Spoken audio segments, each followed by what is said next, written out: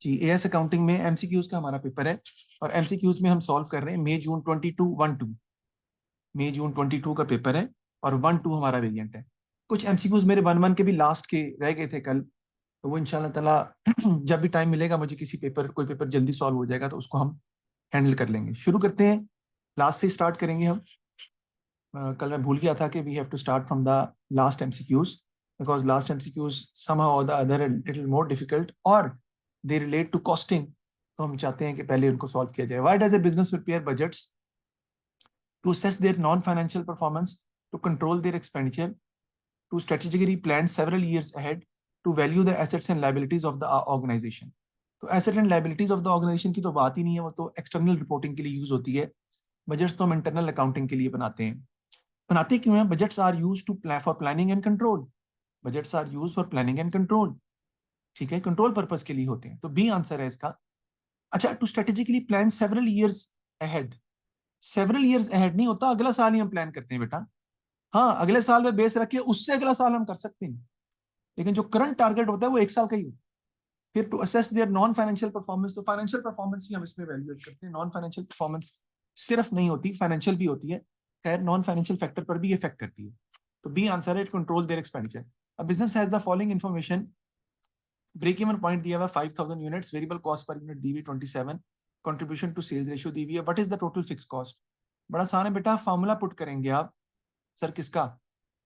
Break even का क्या होता है बेटा? Fix cost over contribution to sales ratio. तो आपका ब्रेक इवन का जो आंसर है वो आपका आ जाता है। लेकिन अगर आप इस सवाल में गौर करें तो इस सवाल में हमारे पास कंट्रीब्यूशन टू सेल्स रेशियो तो मौजूद ही नहीं है। कंट्रीब्यूशन टू सेल्स रेशियो हमारे पास मौजूद जो है वो है, लेकिन फिक्स कॉस्ट। तो देखते हैं जी हम कि सबसे पहले हम क्या करेंगे कि हम देखते हैं कि हमें जब हमें फिक्स कॉस्ट हमें चाहिए, क्योंकि फिक्स कॉस्ट उसने फाइंड करनी है, तो बेटा उसका फॉर्मूला होता है फिक्स कॉस्ट ओवर सी ओवर एस रेशियो। सी ओवर एस रेशियो के फॉर्मूले से हम डिवाइड करते हैं तो आपके पास ब्रेक इवन आ जाते हैं। लेकिन हमारे पास ब्रेक इवन दिया है 5000 यूनिट्स में, तो हमें तो ब्रेक इवन चाहिए वैल्यू में। वैल्यू के लिए तो हमारे पास मुश्किल है, तो लिहाजा जब यूनिट्स में दिया हुआ है तो फिर आपको भी डेफिनेटली कंट्रीब्यूशन पर यूनिट चाहिए। तो आसान है कंट्रीब्यूशन पर यूनिट निकालना। सर कैसे? वेरिएबल कॉस्ट जो है वो आपको क्वेश्चन में दी हुई है और कंट्रीब्यूशन टू सेल्स रेशियो भी दी हुई है। बेटा अगर कंट्रीब्यूशन टू सेल्स रेशियो 40% है तो कंट्रीब्यूशन टू जो वेरिएबल रेशियो होगी, sorry variable cost to sales ratio होगी, वो कितने परसेंट होगी? That is 60%। नहीं समझ आई? मैं दोबारा बताता हूं। अगर सेल्स का 40% जो है वो कंट्रीब्यूशन है, ठीक है ना, तो सेल्स का 60% क्या होगा? वेरिएबल कॉस्ट, क्योंकि सेल्स में से वेरिएबल कॉस्ट माइनस करते हैं तो कंट्रीब्यूशन आता है ना। तो इसका मतलब क्या हुआ कि 60% जो है in this 27 is equal to 60% of sales. भाई कंट्रीब्यूशन टू सेल्स रेशियो भी तो यही बताती है ना कि जो कंट्रीब्यूशन है वो 40% है सेल्स का, तो 60% जो है वो आपकी क्या हो जाएगी? That is going to be your variable cost. तो 27 को डिवाइड करेंगे आप बेटा 0.6 से, तो आपके पास आंसर आ जाएगा सेल्स पर यूनिट का। वो कितना है बेटा? 45। अब आप 45 का बेटा 60% निकाल लें तो कंट्रीब्यूशन आ जाएगा 27, चेक करके देख लें। और 45 का आप 40% निकाल लें तो आपका आ जाएगा कंट्रीब्यूशन, और वो कितना आएगा आपका? 40% 18, या 45 में से 27 माइनस कर दें तब भी आपका 18 आ जाएगा। तो हमारा फॉर्मूला बन जाएगा आसानी के साथ कि fix cost over contribution per unit that is 18 is equal to break even point that is 5000। 18 को बेटा 5000 से आप मल्टीप्लाई करेंगे तो 90,000, C is the answer. Fix cost जो है वो हमारी आ जाएगी, that is going to be 90,000। So 90,000 जो है हमारी फिक्स कॉस्ट जो है वो निकल आई, हमने फाइंड कर। थोड़ा सा टेक्निकल था क्योंकि कंट्रीब्यूशन टू सेल्स रेशियो दी हुई थी, उसकी मदद से हमने variable cost to sales ratio 60% find कर ली। अब 27 जो है वो 60% ऑफ सेल्स के बराबर है, तो सेल्स जो है वो 27 डिवाइडेड बाय 0.6 45, 45 माइनस 27 करेंगे तो 18 आपकी फिक्स कंट्रीब्यूशन पर यूनिट आ जाएगा। Fix cost over contribution per unit is equal to break even point. Fix cost आपकी आ जाएगी 90,000। आगे देखते हैं। A business makes and sells 3 different products and M and O. The following information is available. Product आपको दिया हुआ है, सेलिंग प्राइस दी हुई है, डायरेक्ट मटेरियल है, डायरेक्ट लेबर है, वेरिएबल ओवरहेड है, फिक्स ओवरहेड है और प्रॉफिट दिया हुआ है. Each product use the same direct material which is in short supply. तो डायरेक्ट मटेरियल जो है वो शॉर्ट सप्लाई में. सबसे पहले आपको क्या करना पड़ेगा, आप निकालेंगे बेटा कंट्रीब्यूशन पर लिमिटिंग फैक्टर. तो कंट्रीब्यूशन पर लिमिटिंग फैक्टर निकालने के लिए आपको हर एक का कंट्रीब्यूशन जो है वो फाइंड करना पड़ेगा, एम का भी, एन का भी और ओ का भी. तो निकाल लेते हैं. एम का कंट्रीब्यूशन कितना आएगा, सेलिंग प्राइस बेटा 240 है, minus direct material 110, minus direct labour 65, minus variable overhead 20. Fix overhead तो माइनस नहीं होंगे ना कंट्रीब्यूशन के लिए. तो इसका कंट्रीब्यूशन आपका कितना आ जाएगा बेटा, यानी एम की बात कर रहा हूं, that is going to be 45. ठीक है, दूसरे का देखते हैं. सेलिंग प्राइस कितनी है बेटा 280, minus direct material 120, minus direct labour 90, minus variable overhead 30. तो इसका कंट्रीब्यूशन पर यूनिट कितना आ जाएगा बेटा 40. वो क्या देख लेते हैं, 250 minus direct material 90, minus direct labour 100, minus variable overhead 25. तो ये आपका आ जाएगा जी 35. आपका फॉर्मूला है contribution per unit divided by limiting factor per unit. तो लिमिटिंग फैक्टर पर यूनिट यहाँ पर हमारे इस क्वेश्चन में डायरेक्ट मटेरियल है जी, मशीन आवर्स नहीं है, लेबर आवर्स नहीं है, वो दिए नहीं हुए. केजी पर यूनिट नहीं है, दिए नहीं हुए, मटेरियल ही है. तो 45 को हम डिवाइड कर देंगे 110 से, ये आपका आ जाएगा 0.41. यानी इसका जो 45 डिवाइड बाय 110 करेंगे तो इसका जो कंट्रीब्यूशन पर लिमिटिंग फैक्टर कितना आ रहा है 0.41. अगले का देखते हैं जी, उसका आ जाएगा 40 डिवाइडेड बाय 120, तो वो आ जाएगा आपका बेटा 0.33. कम हो गया. और अगले का देखें 35 डिवाइडेड बाय क्या है जी 90, क्योंकि डायरेक्ट मटेरियल 90 है ना, तो उसका आ जाएगा जी 3.5. बस देखें सबसे ज्यादा, एक मिनट सॉरी मैंने गलत निकाला है, 35 डिवाइडेड बाय 90 आप करें वो आता है 0.38. 0.38. ठीक है जी. तो अब सबसे ज्यादा कंट्रीब्यूशन पर लिमिटिंग फैक्टर या सबसे ज्यादा कंट्रीब्यूशन पर डायरेक्ट मटेरियल हमारा किसका आ रहा है बेटा, एम का. तो सबसे पहले हम एम को बनाएंगे, 0.4 है, 4 1 है, फिर ओ को 0.38 और फिर एन को 0.33. तो एम, ओ और एन ये हमारी जो बनेगी, हम इस तरीके से इसको सॉल्व करेंगे. तो ये है बी आंसर है. एम पहले बनाएंगे, फिर ओ और फिर हम बनाएंगे किसको, एन को. तो बी हमारा आंसर हमने फाइंड कर लिया. आगे देखते हैं. Company makes and sell single product type, the product is sold for 50 per unit and variable cost 30 है. तो कंट्रीब्यूशन कितना हो गया 20. टोटल फिक्स कॉस्ट 5 लाख है. How many units of the product does the company need to sell to make a profit of 3 lakh. बेटा reverse जाएंगे, पहले भी इसे हम कर चुके हैं, फिर भी मैं बता रहा हूं. देखें, कंट्रीब्यूशन लेस फिक्स कॉस्ट क्या आ जाता है आपका, प्रॉफिट. ठीक है, प्रॉफिट कितना दिया हुआ है हमें जी, कहता है प्रॉफिट कितना हो हमारा इस वक्त, कितना चाह रहे हैं, 3 लाख का प्रॉफिट हम चाह रहे हैं. फिक्स कॉस्ट वो कहता है हमारी कितनी है 5 लाख. कंट्रीब्यूशन हमें कितना चाहिए बेटा 8 लाख का, ऐड करके रिवर्स जाके. जबकि कंट्रीब्यूशन पर यूनिट जो हमारा है वो 50 माइनस 30 वो 20 है. कितने यूनिट्स आपको बनाने पड़ेंगे, 8 लाख को बेटा डिवाइड कर देंगे आप 20 से, तो आपके पास यूनिट्स आ जाएंगे, that is going to be 40,000. तो डी आंसर है 40,000 units needs to be produced in order to have a profit of 3 lakh if the total fixed cost is 5 lakh. इसका फॉर्मूला देखें कैसे मैंने निकाला है. यूनिट्स कैसे निकालेंगे, total contribution divided by contribution per unit. ठीक, ये फॉर्मूला हम इस तरीके से सॉल्व करके, ये यूनिट्स नंबर ऑफ यूनिट्स निकालने का फॉर्मूला है. Total contribution divided by total contribution divided by per unit contribution. आगे, selling price of a product remains constant, in which circumstances will the break even point in unit decrease. Break even point unit decrease कब करेगा बेटा, break even point unit decrease तब करेगा जब आपकी fix cost total decrease करे या contribution per unit जो है वो इंक्रीज करे. फ्रैक्शन है ना बेटा, ब्रेक इवन की फ्रैक्शन है. क्या फॉर्मूला है, fix cost over contribution per unit. Fix cost over contribution per unit. अगर फिक्स कॉस्ट डिनोमिनेटर बढ़ता है तो भी आपका ब्रेक इवन लेवल बढ़ेगा, रेशो बढ़ती है. डिनोमिनेटर कम होता है तो भी बढ़ेगा. तो फिक्स कॉस्ट बढ़ने से ब्रेक इवन आपका इंक्रीज करेगा, डिक्रीज नहीं करेगा। ठीक है, डिक्रीज कब करेगा? जब आपका कंट्रीब्यूशन पर यूनिट जो है वो डिक्रीज करेगा तो बढ़ेगा, फिर भी कंट्रीब्यूशन पर यूनिट आपका इंक्रीज करे तो डिक्रीज इन मटेरियल कॉस्ट और decrease in variable cost, 2 and 3 is going to be the answer. क्योंकि आपसे जब material cost per unit decrease करेगी या variable cost per unit decrease करेगी तो आपका कंट्रीब्यूशन पर यूनिट बढ़ेगा, और जब कंट्रीब्यूशन पर यूनिट आपका इंक्रीज करेगा तो आपका ब्रेक इवन लेवल ऑटोमेटिकली क्या होता जाएगा? डिक्रीज करना शुरू कर देगा यूनिट्स के अंदर।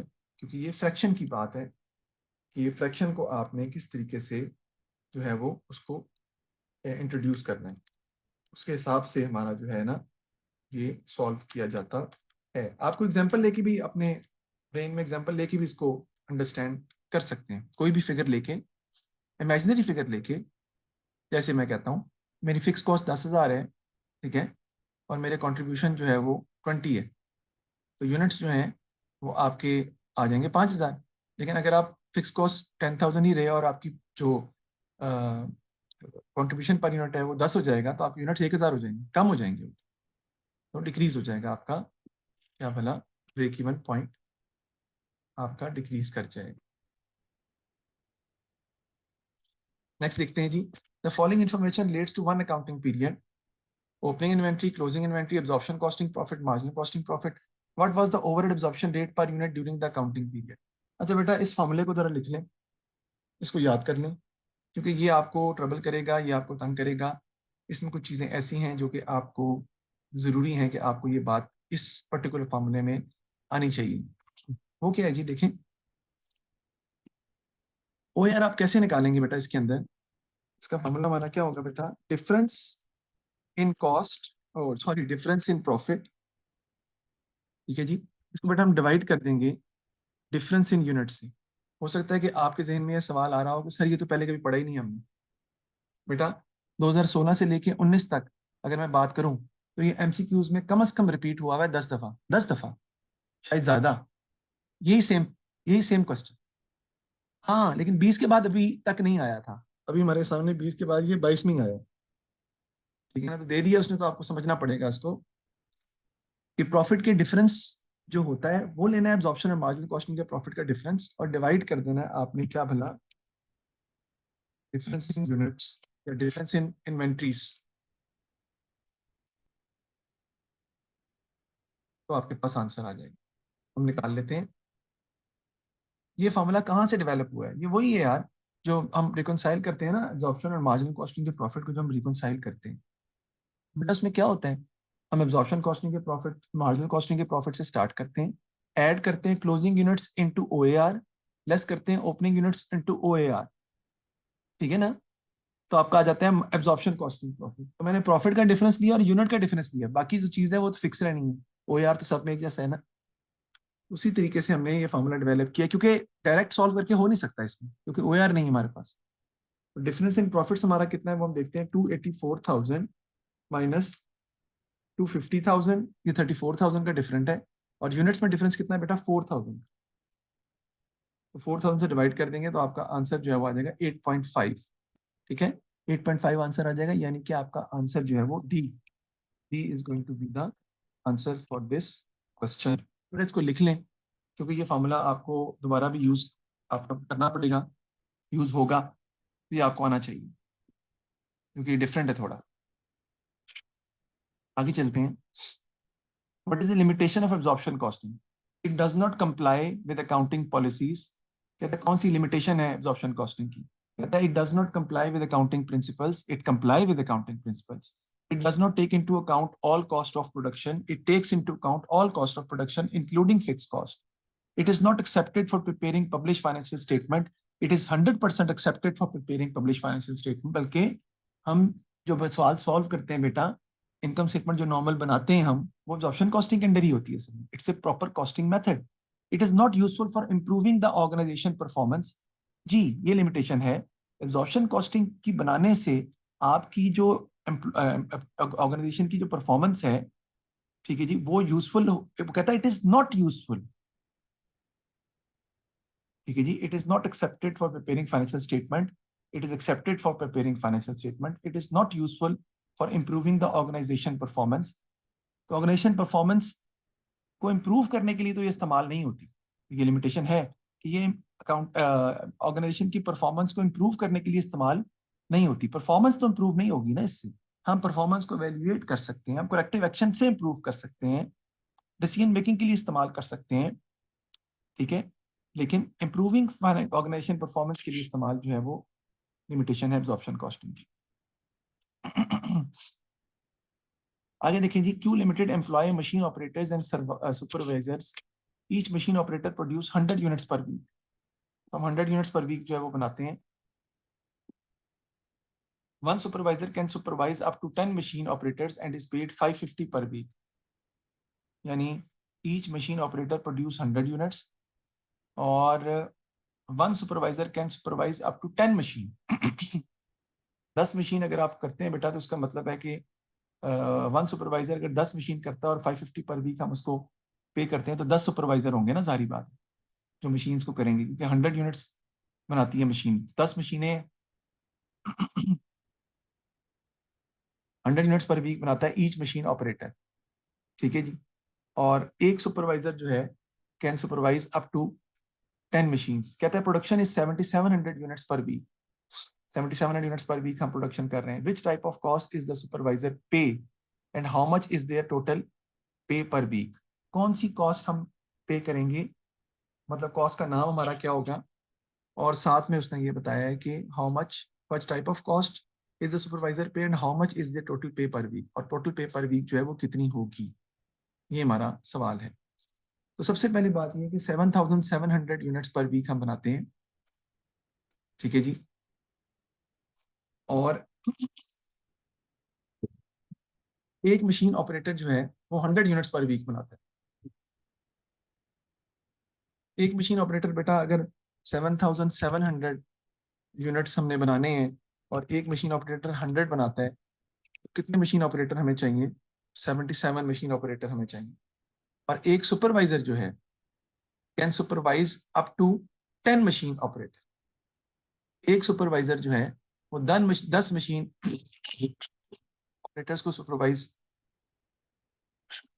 जो है वो कर सकता है. पहली तो बात ये है कि बेटा ये कॉस्ट स्टेप्ड कॉस्ट है, यानी 10 सुपरवाइजर तक तो वो बेटा सेम रहेगी, सॉरी 10 मशीन ऑपरेटर्स तक तो सेम रहेगी ना, उसके बाद 550 से बढ़ जाएगी क्योंकि 550 हम उसको देते हैं. ऐसे ही है ना. तो इसका मतलब क्या हुआ, देखें फिक्स्ड है ना, 10 सुपरवाइजर तक तो 10 मशीन ऑपरेटर तक तो फिक्स्ड है. तो 77 अगर हमने करना है तो आपको कितने मशीन ऑपरेटर्स की जरूरत होगी, 550 मल्टीप्लाइड बाई 8 सुपरवाइजर की हमें जरूरत पड़ेगी. तो 10 मशीन ऑपरेटर्स को जो है वो कर सकते हैं. तो 4400 हमारा आंसर है और it is going to be a stepped cost. तो बी हमारा आंसर है, स्टेप्ड और 4400. जी मैं दोबारा रिपीट करता हूँ, देखें कहता है कि आपने यूनिट्स कितने बनाने हैं, 7700 यूनिट्स पर वीक. और एक हर मशीन ऑपरेटर जो है वो 100 यूनिट्स पर वीक बना लेता है. आपको 7700 यूनिट्स पर वीक बनाने के लिए कितने मशीन ऑपरेटर की जरूरत पड़ेगी, जबकि एक मशीन ऑपरेटर 100 यूनिट्स बना लेता है, प्रोड्यूस कर लेते हैं, दैट इज 77 मशीन ऑपरेटर्स. लेकिन ये मशीन ऑपरेटर्स है बेटा, मशीन ऑपरेटर है, ये सुपरवाइजर नहीं है. अब हर मशीन ऑपरेटर 10 मशीन ऑपरेटर्स जो है उनके लिए हमें एक सुपरवाइजर चाहिए, ठीक है जी. 10 मशीन ऑपरेटर के लिए एक सुपरवाइजर, राइट. देखें पहले 10 मशीन ऑपरेटर के लिए एक सुपरवाइजर 550, फिर 10 मशीन ऑपरेटर के लिए एक सुपरवाइजर 550, 20 हो गए ना. फिर एक सुपरवाइजर 550, 30 हो गए. फिर एक सुपरवाइजर 550, 40 हो गए, ठीक है ना. और इसी तरह फिर 50, 60, 70 और 70 से ऊपर जब जाएंगे तो 80 के लिए भी आपको 550 ही पे करना पड़ेगा. ये नहीं कि 77 के लिए जो है वो अलग होगा, 80 तक वो फिक्स्ड है. तो वो आपका आंसर आ जाएगा 4400. हम टोटल पे पर वीक पे करेंगे उसको और स्टेप्ड कॉस्ट ये कहलाएगी. देखिए इसमें किसी को मसला है तो बताएं, थोड़ा टेक्निकल था इसलिए पूछ रहा हूँ. समझ आ गई है. 550 इंटू 8 आप कर लेंगे तो 4400 आपका जो है वो आंसर आ जाएगा. देखो देखिए 70 तक आपको 7 ऑपरेटर चाहिए और 70 तक आपको 7 सुपरवाइजर चाहिए 550 पर वीक के हिसाब से। जैसे ही 70 सुपर जाएंगे तो 8वां भी चाहिए होगा। 4400 स्टेप कॉस्ट हमारा आंसर जो है वो इसका आ जाएगा। आगे देखते हैं जी, the cost of direct material is increasing, what is the effect if a business uses first in first out instead of average costing for inventory valuation in this situation. ये बड़ा आसान है। आपको पता है बेटा कि फर्स्ट इन फर्स्ट आउट हम यूज करते हैं जब आपकी इन्वेंट्री की वैल्यू जो है वो ज्यादा होती है। क्यों ज्यादा होती है? क्योंकि फर्स्ट इन फर्स्ट आउट में जो चीज पहले आती है वो पहले बिक जाती है। इसका मतलब क्या हुआ? इसका मतलब ये हुआ कि जो चीज नई खरीदी है वो आपके पास पड़ी हुई है, तो जो चीज आपने नई खरीदी है वो आपके पास पड़ी हुई है, उसकी कॉस्ट हमेशा ज्यादा होगी इन्फ्लेशन की वजह से। उसने बता भी दिया the cost of direct material is increasing. तो जब आपकी इन्वेंट्री कॉस्ट बढ़ती जा रही है तो जितनी आपकी जो लेटेस्ट इन्वेंट्री होगी उसकी कॉस्ट सबसे ज्यादा होगी। उसकी वजह से क्या होगा? Closing inventory will be higher. तो क्लोजिंग इन्वेंट्री क्या हो जाएगी बेटा? इंक्रीज। ठीक है, और क्लोजिंग इन्वेंट्री इंक्रीज होने की वजह से कॉस्ट ऑफ सेल्स हमारी जो है वो क्या हो जाएगी? डिक्रीज। और प्रॉफिट हमारा क्या हो जाएगा? इंक्रीज। तो क्लोजिंग इन्वेंट्री हमारी हो जाएगी increase, cost of sales decrease और प्रॉफिट इंक्रीज। डी आंसर है हमारा। D is going to be the answer. First in, first out will result in higher closing inventory because of higher closing inventory is calculated because they are used the most recent purchased inventories, and the most recent purchased inventories are always more costly. क्या ख्याल है? हमारे market में भी अब चीजें लेने जाती हैं तो बालों को डाई करने वाली जो क्रीम है वो महंगी होगी सस्ती हो गई?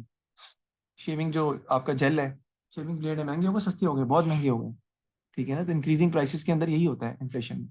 तो closing inventory, higher closing inventory, there will be higher closing inventory, increase in closing inventory, which will result in decrease in cost of sales, right? And profit will increase. तो D आंसर है हमारा। Okay. Following show extract from the statement of financial position of a company. Non current asset liquid ratio उसने बताया कि आपने बनानी है, तो आप ट्रेड रिसीवेबल शामिल करेंगे इसमें बेटा। कैश एट बैंक आएगा, bank loan repayable with in 12 month ये भी आएगा क्योंकि विद इन 12 मंथ है तो ये करंट एसेट ही है आपका। तो 23,000 प्लस 12,000 अगर आप करें तो ये 35 होता है, और 35 में अगर आप 40,000 ऐड करें तो 75,000। 75,000 को आप डिवाइड कर देंगे बेटा 15,000 से, तो आपका आंसर जो है वो आ जाएगा। क्योंकि ट्रेड पेबल्स आपके 15,000 है, ट्रेड पेबल्स आपके 15,000 के हैं। क्या गलती हो रही है मेरे से? बैंक ले, अच्छा ये लाइबिलिटी, आई एम सॉरी, 40,000 की तो bank loan repayable with in 12 month current liability है, मैं करंट ऐसे ट्रीट कर रहा हूँ। तो 23 प्लस दिस 35,000 डिवाइडेड बाई 45,000, तो आपका आंसर जो है वो डिवाइडेड बाई 55,000, तो आपका आंसर आ जाएगा। 35,000 आपके लिक्विड एसेट्स हैं और बेटा 55,000 आपकी जो है वो करंट लाइबिलिटीज जो है वो आएंगी। तो 0.64 ये आंसर है, 0.64 ratio 1। Following information is available for a business, sales revenue दिया हुआ है, what was the value of closing inventory. बेटा क्या करेंगे? सबसे पहले सेल्स रेवेन्यू पे ग्रॉस मार्जिन अप्लाई करेंगे डायरेक्ट 25%। ठीक है, आपका जीपी आ जाएगा, सेल्स में से जीपी माइनस करेंगे, कॉस्ट ऑफ सेल्स आ जाएगी। ठीक है जी। अब उसने इन्वेंट्री एट द स्टार्ट जो है वो हमें दी हुई है ऑलरेडी, क्लोजिंग इन्वेंट्री फाइंड करनी है, हो गया। Opening inventory at purchases plus closing inventory is equal to cost of sales, तो आप वहां से आसानी से क्लोजिंग इन्वेंट्री फाइंड कर लेंगे। रिपीट कर देता हूँ, 5 लाख का 25% निकालेंगे, मार्कअप यूज नहीं होना, जरूरत नहीं है ना। 5 लाख का 25% निकालेंगे डायरेक्ट मार्जिन, आपका ग्रॉस प्रॉफिट आ जाएगा, माइनस कर देंगे 5 लाख में से कॉस्ट ऑफ सेल्स जीपी, तो कॉस्ट ऑफ सेल्स आ जाएगी। आगे आसान है, opening inventory plus purchases minus closing inventory is equal to cost of sales, जो कि आपको पता है, तो आपका क्लोजिंग इन्वेंट्री का आंसर आ जाएगा। On 1 June, X Limited had share capital of 1 lakh ordinary share which had been issued at their par value of 1 each. There were no share premium. On 1 March, a bonus issue of 1 new ordinary share for every 5 ordinary share held was made from retained earnings. On 1 June, the company made a right issue of 1 new ordinary share for every 4 ordinary share held at a price of 1.5. All the rights were taken up. How much was recorded in the share premium account? अच्छा याद रखिएगा कि bonus share issue करने से share premium पर कोई effect नहीं पड़ेगा क्योंकि उस वक्त शेयर प्रीमियम था ही नहीं। तो सारे पैसे जो आपने बोनस शेयर के लिए इस्तेमाल किए वो रिटेन अर्निंग में से इस्तेमाल किए। ठीक है, प्रॉब्लम ये है जब आपने राइट शेयर इशू किए ना 1 for every 4, बेटा उसमें बोनस शेयर भी शामिल होनी है 1 for every 5 वाले, राइट। 1 लाख को आप डिवाइड करेंगे ना, 1 लाख को आप डिवाइड करेंगे 5 से, तो आपका आंसर जो है वो, अच्छा 1 लाख को 1 लाख को डिवाइड कर देंगे बेटा आप कितने से, 5 है ना, 5 से, तो आपके बोनस शेयर आ जाएंगे 20,000 के। अब आपके पास शेयर बेटा कितने हैं, 1 लाख आपके पास पुराने शेयर्स पड़े हुए थे, 20,000 के आपने और बोनस शेयर इशू कर लिए, तो आपके पास शेयर 1,20,000 के हैं।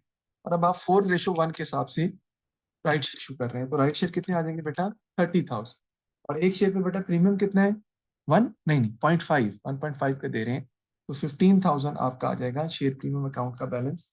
How much was recorded in the share premium account, that is 15,000। बच्चों ने क्या किया बेटा, 1 लाख को डिवाइड कर दिया 4 से, और 25,000 को मल्टीप्लाई कर दिया 0.5 से, और आंसर लिख दिया 12,500। गलत हो गया आपका, 15,000 आंसर है, क्योंकि बोनस शेयर भी शामिल होंगे राइट शेयर की कैलकुलेशन में। Following information has been extracted from the statement of financial position, what is the value of total equity. ठीक है जी, तो क्या आएगा आपका बेटा, 4 लाख ऑर्डिनरी शेयर आएंगे इक्विटी के अंदर, शेयर प्रीमियम अकाउंट आएगा और रिटेन अर्निंग का आएंगी बस। तो 5,25,000 ए आंसर है, 4 लाख प्लस 50,000 और प्लस 75,000, इजी है। 5,25,000। विच item should not be recorded in statement of changes in equity, कौन सा item statement of changes in equity में रिकॉर्ड नहीं किया जाता। बोनस इश्यू ऑफ शेयर आते हैं, dividend paid on ordinary share आते हैं, profit from operation for the year नहीं आता, ट्रांसफर टू जनरल रिजर्व आता है। एक बच्चे ने कैसा प्रॉफिट आता है बेटा, प्रॉफिट फॉर द ईयर आता है, ये प्रॉफिट फ्रॉम ऑपरेशन लिखा हुआ है, तो प्रॉफिट फ्रॉम ऑपरेशन जो है वो नहीं आते। ठीक है जी, प्रॉफिट फ्रॉम ऑपरेशन इसमें शामिल नहीं किए जाते, वो नहीं आएंगे। आगे जी, following information is available for a partnership, profit for the year before interest दिया हुआ है 15,000, interest on partners loan to the firm 1,000 है बेटा, माइनस कर देंगे ना ये। Which profit figure is to be appropriated between the partners, कौन सी प्रॉफिट फिगर है जो पार्टनर्स के दरमियान हम अप्रोप्रिएट करें। तो 15,000 में से बेटा माइनस माइनस करेंगे आप, 14,000 आ जाएगा, उसमें से माइनस कर देंगे आप 2,000 जो इंटरेस्ट ऑन कैपिटल है, तो आपका जो है वो आंसर जो है वो निकल आएगा। ड्राइंग्स भी दी हुई है आपको। Profit for the year before interest 15,000, interest on partners loan 14,000 आ जाएगा, और इंटरेस्ट ऑन कैपिटल दिया हुआ है 2,000 का। अच्छा, which profit figure is to be appropriated between the partner, यानी अप्रोप्रिएशन अकाउंट में क्या अमाउंट जाएगी, तो वो 14,000 है, सी आंसर। यानी अप्रोप्रिएशन के लिए कौन सी फिगर इस्तेमाल की जाएगी, रेजिडुअल प्रॉफिट नहीं पूछा बेटा, रेजिडुअल प्रॉफिट नहीं पूछा, एप्रोप्रिएशन का आंसर नहीं पूछा, एप्रोप्रिएशन से अप्रोप्रिएशन प्रॉफिट बिफोर अप्रोप्रिएशन पूछा है, but profit figure is to be की जाएगी। 15 - 1 14,000 आंसर है, सी। ठीक है, आगे जी, एडमिशन का सवाल है, इसको छोड़ देते हैं, गुडविल हमारे कोर्स में नहीं है। Provision for partnership act apply if partner do not draw up a partnership agreement, which statement is true as a provision of the partnership act। Interest on drawing is charge at 5% per annum, होता ही नहीं बेटा ये तो। Interest on loan from partner is to be able at 8% per annum, 5% होता है। Partners are not entitled to salaries, that is the right answer. Partners are not entitled to salaries. Profits are to be share in ratio of fix capital, नहीं, profit बेटा equally share होता है, तो partners are not entitled for salaries. आगे जी, trade payables दिए हुए, आपको ओपनिंग बैलेंस क्लोजिंग बैलेंस दिया हुआ, रिटर्न आउटवर्ड है, पेमेंट टू ट्रेड पेबल है, there were no cash purchases बेटा, परचेजेस यहाँ से आप निकाल लेंगे, पीएलसी बना के आप परचेज निकाल लेंगे। कहता है opening and closing inventory has remained at the same level, वो सेम है। जब परचेज आपके पास आ जाएंगे तो कॉस्ट ऑफ सेल्स का आंसर भी आपका वही आ जाएगा। ठीक है, बिल्कुल आसान है। कैसे सर, बेटा ओपनिंग क्लोजिंग ट्रेड पेपर्स दिए हमें, पीएलसी बनाएंगे, क्रेडिट परचेज आ जाएंगी। कहता है कैश परचेज नहीं है, तो आपका फॉर्मूला कॉस्ट ऑफ सेल्स का क्या होगा, opening inventory plus purchases minus closing inventory is equal to cost of sales. Opening closing inventory बराबर है तो वो जीरो हो जाएगी, तो परचेजेस ही आपकी कॉस्ट ऑफ सेल्स का आंसर आ जाएगा। अब business provide the following information, revenue, opening inventory, closing inventory दी हुई है। Goods are sold at cost plus 25%। The owner has taken goods for own use but has not recorded these as drawings, what is the value of the goods taken for own use. यानी goods drawing जो है वो कहता है कि हमारी जो है वो कितनी होगी, यानी परचेज में से जो गुड्स ड्राइंग है वो कहता है कि आपने माइनस करनी, यूज करनी। तो बड़ा आसान सा सवाल है, आप इसका फॉर्मेट बना के सॉल्व कर लेंगे तो ज़्यादा इजी हो जाएगा आपके लिए, ज़्यादा आप इजीली इसको हैंडल कर सकते हैं। जैसे कि मैं अभी बताता हूँ।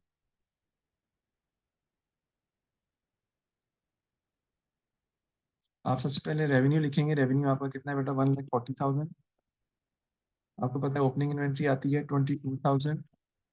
परचेजेस में से आपने बेटा वो जो लॉस्ट वाली है वो माइनस करके लिखनी है ना। क्लोजिंग इन्वेंट्री आपकी कितनी है? 24,500।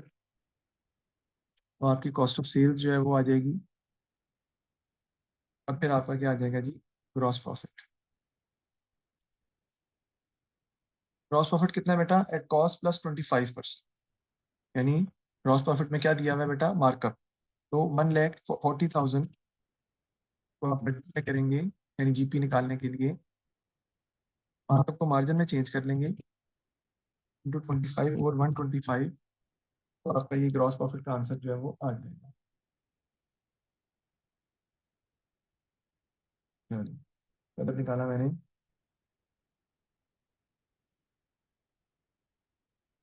28,000 आपका आ जाएगा जी gross profit. Cost of sales निकाल लेते हैं 1,40,000 में से। 28,000 बेटा माइनस कर देंगे आप, तो आपके पास कॉस्ट ऑफ सेल्स का आंसर आ जाएगा, दैट इज 112,000। अब जरा वापस जाते हैं रिवर्स। 1,12,000 के अंदर प्लस कर देंगे बेटा 24,500। माइनस हो रहा है ना वो, और माइनस कर देंगे 22,000। और प्लस परचेज आ जाएंगी 114,500। सेल्स कितनी आती है बेटा? 114,500। जबकि आपकी परचेज कितनी है बेटा? 1,20,000 की। सेल कितनी दी हुई है? 1,20,000 की। तो बाकी जो अमाउंट है, डिफरेंस जो आपका है वो क्या है हमारा? Goods drawing. इसको इन्वेंट्री लॉस बाय फायर भी आप कह सकते हैं। अगर वो सॉल्व भी आए तो वो भी ऐसे ही सॉल्व होता है ना।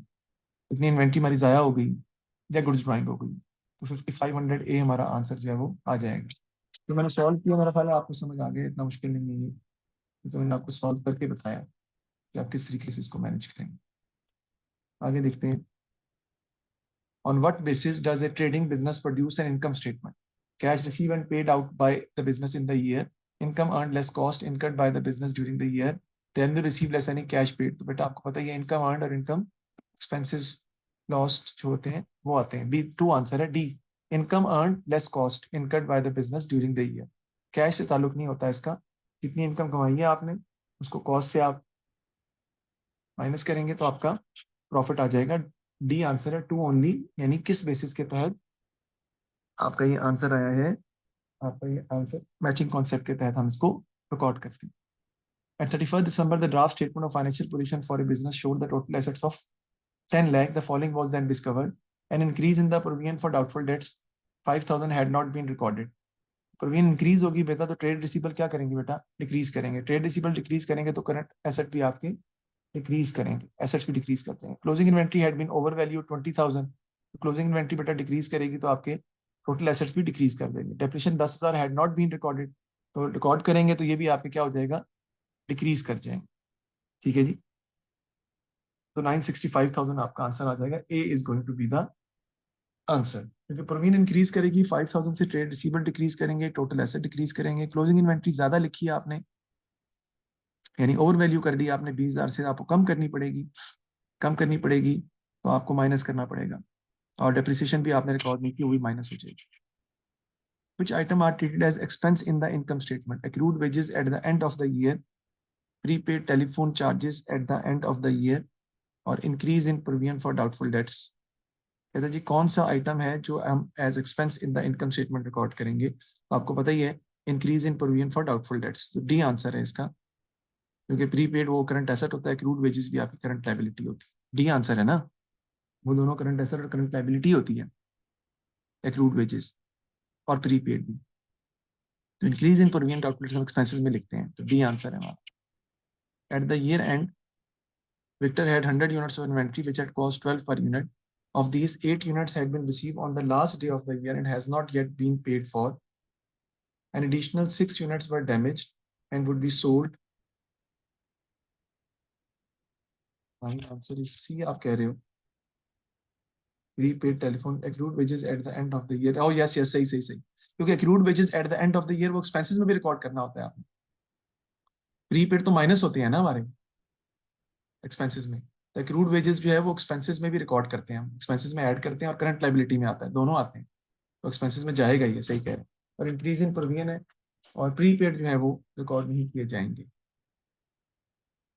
अच्छा 8 यूनिट्स कहता है on the last day and had not been paid for and additional 6 units were damage and would be sold for 10 each once repair to them totalling 20 were made. Time खत्म हो गया। What was the value of inventory in Victor's financial statement at the year and.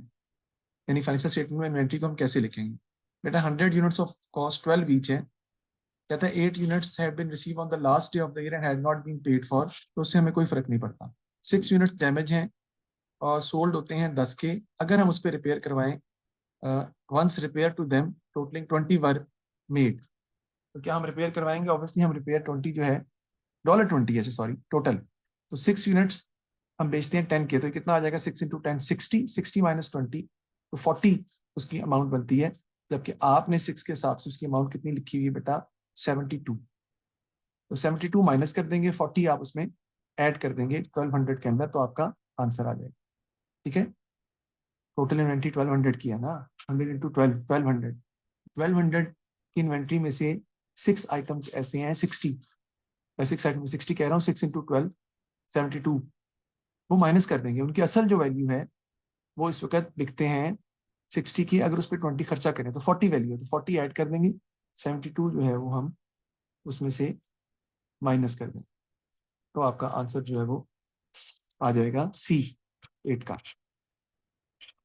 ये corrected trade receivable as shown in the statement of financial position उसने पूछा है, और balance उसने बताए हैं 31 दिसंबर को सेल लेजर कंट्रोल अकाउंट का भी, और 19,100 है, और सेल लेजर का 20,900 है। Following reconciliation has been prepared after the errors were located. Balance of sale ledger control account दिया हुआ है 19,100।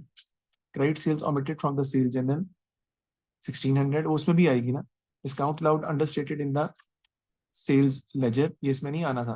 What is the correct amount of total trade receivable as shown